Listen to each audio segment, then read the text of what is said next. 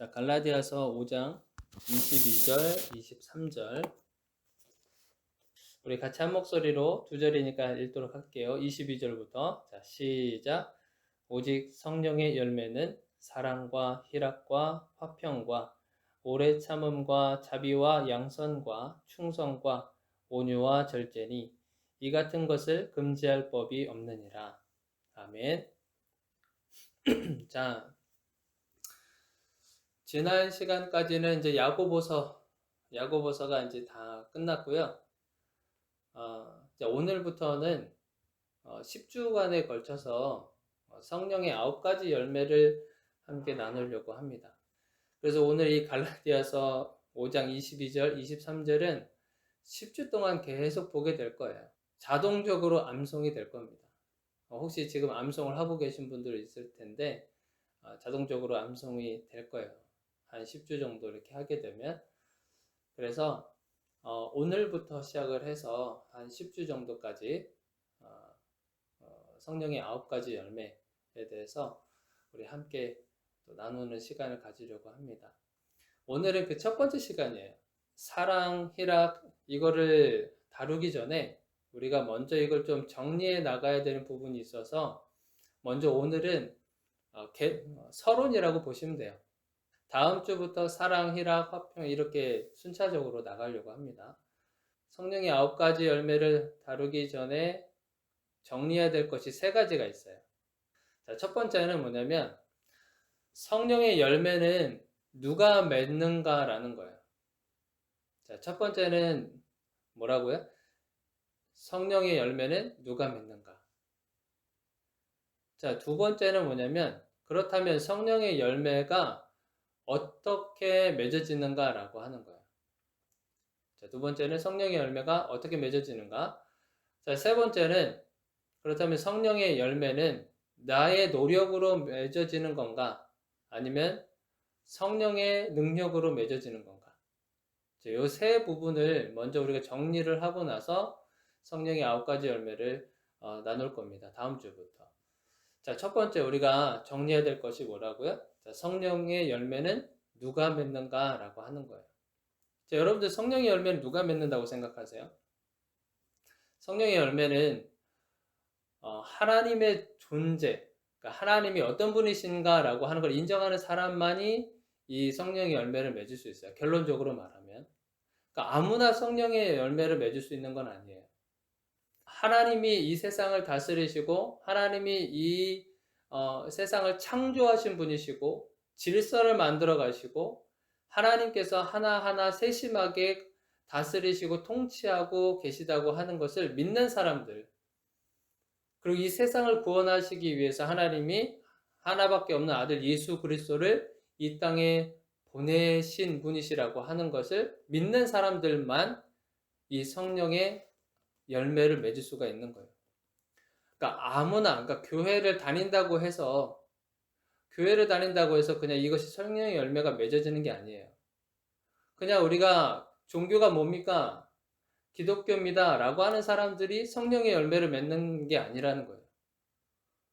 이거 굉장히 근본적으로 들어가는 거죠. 그러니까 하나님이 어떤 분이신지에 대해서 우리가 고백하고 인정하는 자가, 그런 사람들만이 성령의 9가지 열매를 맺을 수 있다고 하는 거예요. 자, 여러분들 지금 우리 5장 22절 다시 한번 보세요. 5장 22절에 보면, 자, 성령의 9가지 열매를 한번 살펴보세요. 자, 이 성령의 9가지 열매를 한번 보실 때 누가 떠오르는지를 한번 상상해 보세요. 자, 사랑이 있고요. 자, 희락이 있고, 화평, 오래 참음, 자비, 양선, 충성, 온유, 절제. 자, 이 열매들이 한번 보면은 누가 떠올라요? 예수 그리스도가 떠오르지 않으십니까? 그러니까 예수님이 떠오르는 거예요. 그러니까 이 성령의 9가지 열매는 누가 가지고 계신 성품이냐면 우리 하나님, 우리 예수 그리스도가 가지고 있는 성품인 거예요. 이 성령의 9가지 열매는. 자, 그래서 우리가 창세기 기록을 보면 창세기 기록은 하나님께서 사람을 만드시는 장면이 나와요. 하나님께서 사람을 만드시는데 어떻게 만드신다고 그랬어요? 우리의 형상과 우리의 모양을 따라서 하나님께서 만드셨다 그랬어요. 인간을 창조하실 때. 자, 그래서 우리의 겉모습이라든지 우리의 모습들은 전부 다 하나님의 모습을 담고 있어요. 우리 겉모습들은. 그러니까 우리가 서로를 바라볼 때 누구를 바라보는 거예요? 우리 하나님을 바라보는 거예요. 하나님을 바라보고 있는 상황인데 저 사람 못생겼다 그러면은 하나님이 못생겼다고 얘기하는 거랑 똑같은 거예요. 저 사람 왜 코가 나죠? 막 이러면서 그 사람의 외모를 지적하는 거는 하나님의 외모를 지적하는 거랑 똑같은 거예요. 그러니까 하나님이 우리를 하나님의 형상과 모양으로 만드셨는데 그걸로 끝나지 않았어요. 그걸로 끝나지 아니하시고 그 코에다가 무엇을 불어넣으셨다 그랬어요? 생기를 불어넣었다 그랬어요. 생기를 불어넣으셨다고 하는 것이 바로 하나님께서 가지고 계시는 성품과 하나님이 기본적으로 가지고 있는 것들이 그 입김으로 생기를 불어넣음으로 인해서 우리 안에 그것이 들어온 거예요. 그러니까 다시 말하면 이 성령의 9가지 열매의 씨앗이요, 지금 우리 마음 가운데 이미 심겨져 있다는 뜻입니다. 그러니까 저에게 여러분들이 그것을 인정하든 인정하지 않든지 간에 하나님께서 이미 이 성령의 9가지의 열매의 씨앗을 여러분들 가슴판에 이미 심겨놨다는 거예요. 언제부터? 창조 때부터. 그러니까 저와 여러분들에게는 이미 이 성령의 9가지 열매를 지금 가지고 있는 상태인 거예요. 하나님께서 그것을 우리 가슴판에 이미 심겨주셨다고 하는 겁니다. 자, 그 상태에서 우리가 시작하는 거예요. 아무것도 없는 상태에서 사랑을 맺으라는 게 아니에요. 아무것도 없는 상태에서 기뻐하라고 하는 게 아니에요. 아무것도 없는 상황 속에서 화평하고 평안하게 누려라, 절제해라, 이렇게 말씀하시는 것이 아니라 이미 우리 안에 하나님께서 그 씨앗을 뿌려 놓으셨다고 하는 거예요. 자, 그러면 여러분들 씨앗이 뿌려졌어요. 그러면 그 씨앗이 그냥 자랍니까? 여러분들 그냥 나무만 생각해도요, 씨앗이 뿌려지면 그 씨앗이 자라기 위해서 비도 내려야 되고 적절하게 햇빛도 내리쬐줘야 되고 토양에 있는 어떤 영양분이라든지 이런 것도 다 맞아 떨어져야 이 씨앗이 잘 자라게 된단 말이에요. 그 주변 조건들이 있어야 돼요. 스스로 이 나무가 자라지는 않아요. 그렇다고 한다면 마찬가지예요. 우리 마음판에 하나님께서 그 성령의 9가지 열매의 씨앗을 심어주셨으면 그 씨앗이 우리 가슴 속에서 이것이 자라나도록 하는 것이 무엇이냐면 그것이 뭐겠어요? 성령이라는 거예요. 성령. 그러니까 성령이 우리 가슴에 심겨진 이 씨앗들로 하여금 성장하도록 만들어 준다는 거예요. 도와준다고 하는 거예요. 그러니까 성령이 없이는 이 성령의 9가지 열매가 맺어질 수가 없다고 하는 거예요. 성령의 힘으로, 성령의 능력으로 그 씨앗들이 자라나게 되고 새싹을 튀게 되고 성장하게 된다는 거예요. 그러니까 하나님이 그걸 얼마나 잘 아셨냐면 우리가 스스로 그것을 열매 맺을 수 없다는 것을 얼마나 잘 아셨는지 성령의 역할에 대해서 얘기를 해주셨는데 우리 말씀 한번 찾아볼까요? 자, 로마서 한번 찾아보세요. 로마서 8장 26절에 뭐라고 기록이 되어 있냐면 제가 한번 읽어드릴게요. 로마서 8장 26절. 자, 이와 같이 성령도 우리의 연약함을 도우시나니. 자, 뭐라 그래요? 성령님이 우리의 연약함을 도우신대요. 그러니까 하나님께서 이미 아신 거예요. 우리 인간의 본능, 인간의 성향에 대해서 이미 다 아신 거예요. 우리가 우리 힘으로 할 수 없구나라고 하는 것을 하나님이 아시기 때문에 그렇다고 한다면 너희들 가만히 있지 말고 연약하니까 누구의 도움을 청하라는 거예요? 성령의 도움을 청하라고 하는 거예요. 성령님이 도와주신다고 하는 거예요. 여러분들이 연약하기 때문에, 저나 여러분들이나 연약하기 때문에 성령님이 그것을 도와준다고 하는 거예요. 자, 그래서 저나 여러분들에게 이미 하나님께서 성령의 9가지 열매의 그 씨앗을 심어주셨다고 한다면 그것을 자라게 할 수 있는 것은 우리 성령님이라고 하는 것. 그것을 잊지 마시길 바래요. 왜 나는 사랑이 없지? 왜 나는 절제하는 게 안 되지? 왜 나는 오래 참는 게 이렇게 힘이 들지? 라고 말할 수도 있지만 그렇게 말하기 전에 내가 과연 성령의 도우심을 구했는가? 내 안에 정말 그러한 것들이 있다고 하는데 성령님께 내가 그것을 간구했는가? 여러분들 한번 그걸 돌아보시기를 바래요. 그래서 여러분들 안에 그 존재하고 있는 그 씨앗들이 잘 자라갈 수 있도록 항상 성령님을 구하시기를 바래요. 그래서 우리가 날마다 우리 목사님들이 계속 얘기하는 게 그런 거죠. 성령의 충만함을 받으십시오. 성령을 받으십시오. 왜 그렇게 주장을 하겠어요? 성령의 역사하심이 우리는 할 수 없기 때문에 성령님이 가능하기 때문에 그것을 강조하고 있는 거예요. 그래서 저와 여러분들이 이번 이 10주간을 통해서 여러분들이 구해야 될 것이 성령님이에요. 이 열매들이 잘 맺혀질 수 있도록 도와달라고 하는 것, 그 목표를 가지시고 우리 함께 시간을 보냈으면 좋겠습니다. 자, 두 번째 우리 넘어갈게요. 자, 두 번째는 여러분 성령의 열매가 그렇다고 한다면 어떻게 맺어지는가라고 하는 거예요. 성령의 열매가 몇 가지라 그랬어요? 9가지라 그랬어요. 자, 이 9가지인데 여러분들에게 질문 하나 할게요. 이 9가지 열매가 동시다발적으로 동시에 같이 성장하게 맺어질까요? 아니면 사랑 따로, 희락 따로, 화평 따로, 오래 참는 것 따로 이렇게 따로 해서 이것이 맺어질까요? 이 성령에 우리가 이렇게 편의상 부르기를 9가지 열매라고 해서 하나 이렇게 말을 하기 때문에 우리가 9가지 열매라고 얘기를 하지만 사실은 이 9가지 열매는 하나예요. 하나. 독립된 객체로 해서 이것이 성장하는 게 아니고요. 이것이 서로 연관되어 있기 때문에 동시에 같이 성장하는 거예요.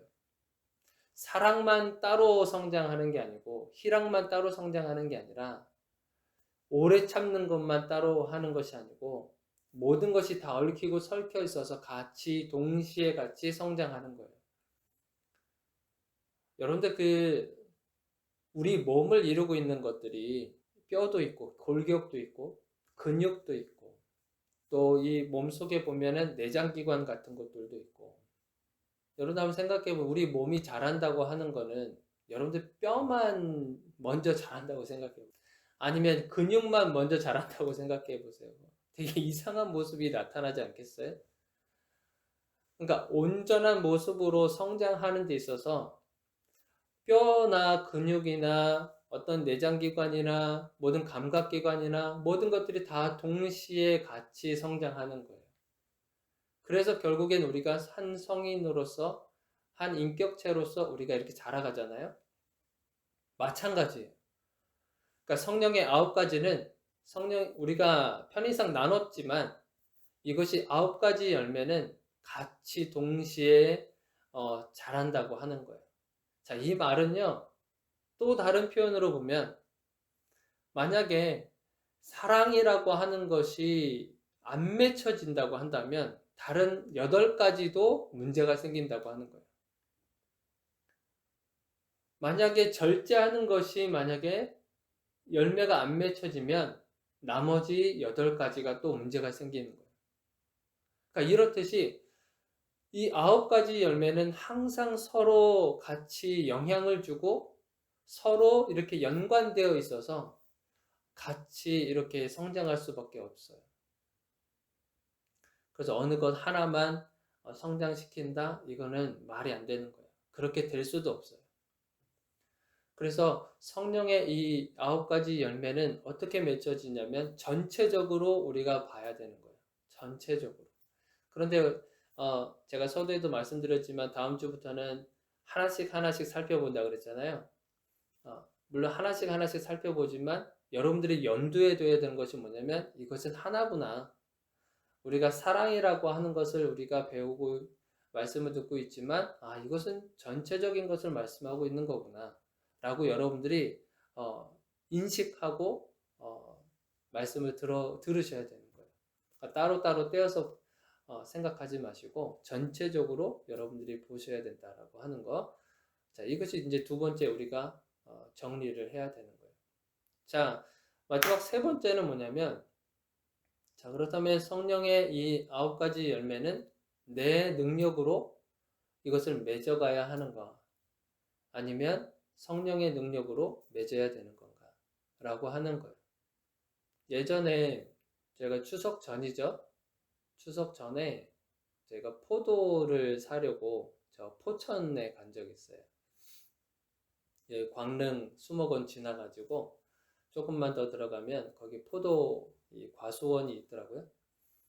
그래서 거기서 포도를 사서 먹었는데 포도가 너무 맛있는 거예요. 정말 맛있는. 제가 그때 과일은 과수원에서 사서 먹어야 된다라고 하는 것이 머릿속에 아주 깊이 박혔어요. 너무 맛있었어요. 그래서 그것을 몇 상자 이제 사들고 이제 추석이고 해서 이제 장모님 댁에 이제 가기도 했었죠. 자, 여러분들 포도나무도 한번 생각해 보세요. 요즘에는 옛날에는 씨앗을 심었겠지만 요즘에는 묘목이라고 해서 어린 나무 이것을 이제 심는다고 하더라고요.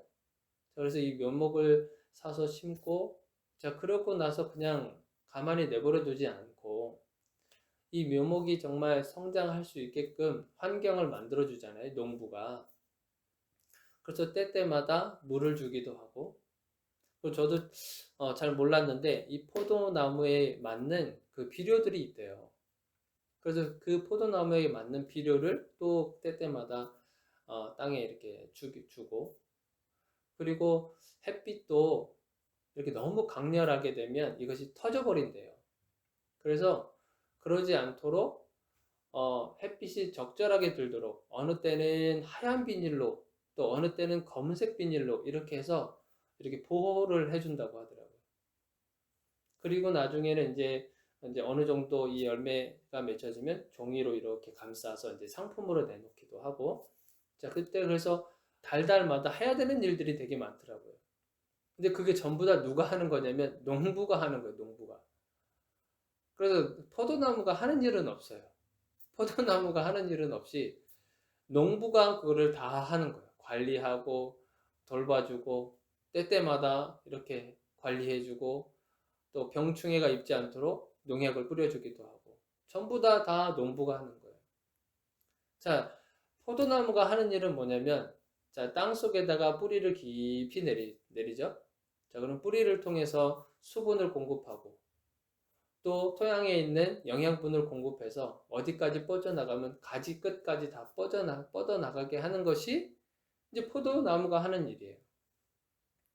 자, 그런데 이 포도나무도 잘 보면 하나님께서 처음에 이 포도나무를 만드셨을 때 이러한 시스템을 갖도록 하나님께서 만드신 거예요. 포도나무가 땅에 심겨지면 뿌리를 통해서 수분을 공급하도록 하는 모든 시스템이나 이런 것들을 하나님이 이미 그렇게 만들어 놓으셨다고 하는 거죠. 자, 결론적으로 보면 사실은 포도나무가 하는 일은 없어요.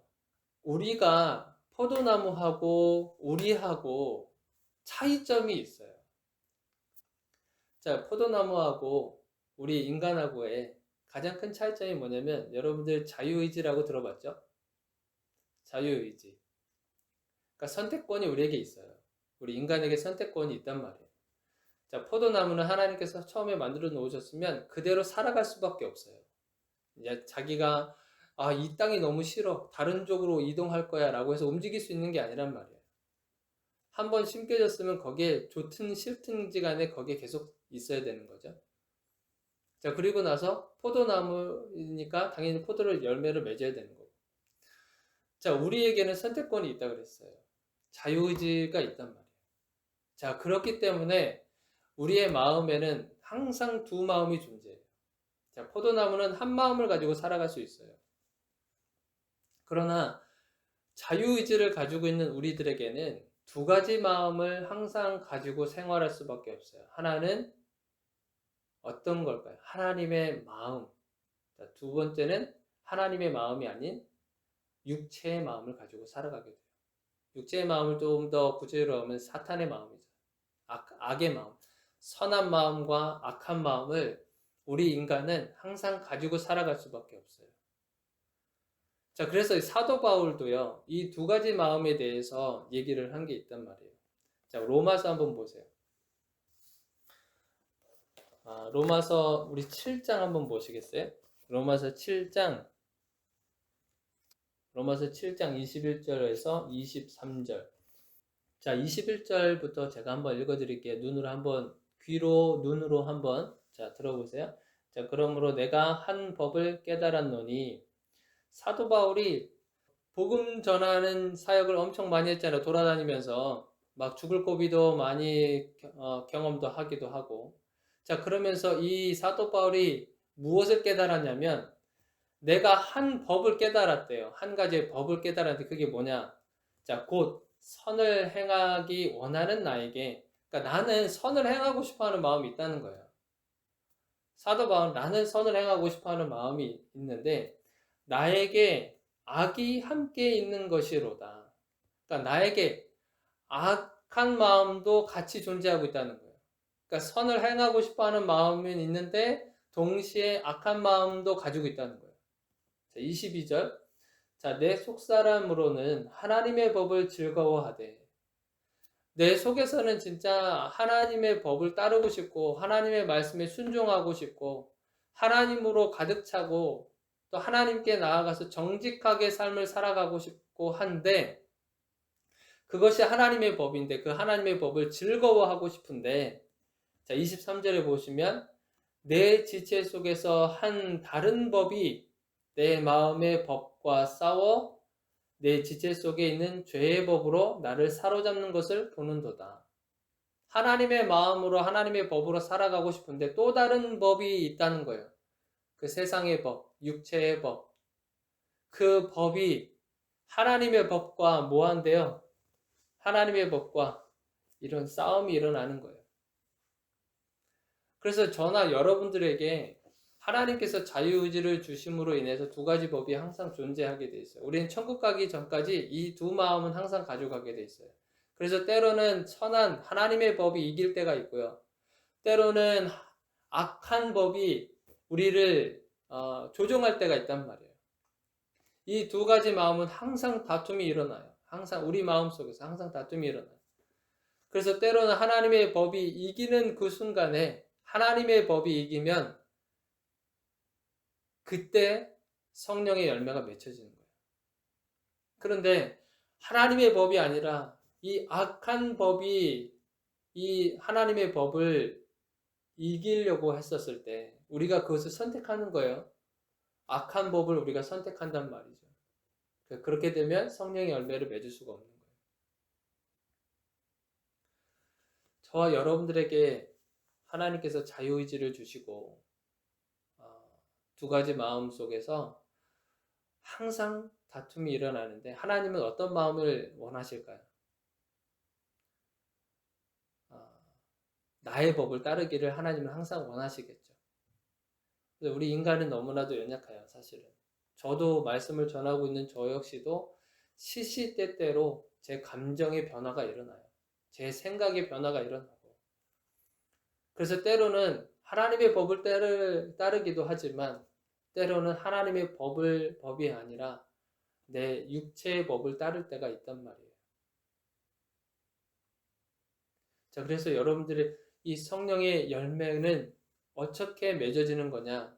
자, 그래서 성령의 능력으로 맺어지는 거예요. 그래서 우리가 말씀 암송도 했잖아요. 우리가 처음에 했었던 말씀 암송도 했었잖아요. 너희가 성령을 따라 행하라. 그래야면 육체의 욕심을 이루지 아니합니다. 그러니까 이게 항상 싸움이 일어나는 거예요. 성령을 따라서 행하라. 그러면 육체의 욕심을 이루지 아니하리라. 그러니까 성령을 따라서 행했을 때 성령의 열매가 맺혀지는 거예요. 내 힘으로 이것이 참 어려워요. 내가 그렇게 선택하려고 한다 그래도 참 어려운 게 맞아요. 그래서 우리가 처음에 그랬잖아요. 성령은 우리의 연약함을 아신다 그랬잖아요. 우리의 연약함을 아시기 때문에 성령님께 간구해라 라고 말씀하신 거예요.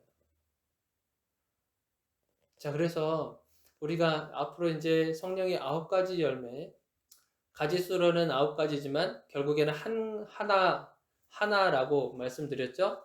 자, 이것을 우리가 알기 전에 3가지를 정리를 했어요. 자, 첫 번째는 뭐였죠? 성령의 열매는 누가 맺는다 그랬죠? 자, 하나님의 존재하시는 것, 하나님이 어떤 분이신지, 하나님이 역사하시는 것을 믿고 나가는 사람들, 그런 사람들에게 하나님이 열매를 맺을 수 있도록 해주셨다. 그리고 우리 마음에는, 우리에게는 이미 성령의 9가지 열매를 맺을 수 있는 씨앗들이 심겨져 있다. 자, 그 씨앗을 자라게 하는 것이 무엇이냐? 성령님이다 라고 하는 거예요. 성령입니다. 자, 두 번째는 성령의 열매가 어떻게 맺혀지는가? 하나하나 따로따로 떨어져서 맺어지는가? 그것이 아니라 같이 동시적으로 성장해 나간다 라고 하는 거예요. 자, 세 번째는 내 힘으로 이것을 열매를 맺을 수 있다? 맺을 수 없어요. 평생을 해도 맺을 수 없어요. 괜한 헛고생인 거예요. 내가 맺을 수 없기 때문에 누구를 의지하라는 거예요? 성령을 의지해라. 그래서 성령의 능력으로 이 성령의 9가지 열매를 맺을 수 있다.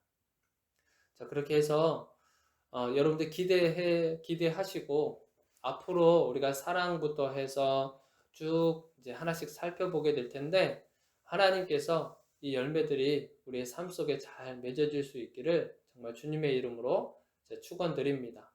우리 함께 기도할게요.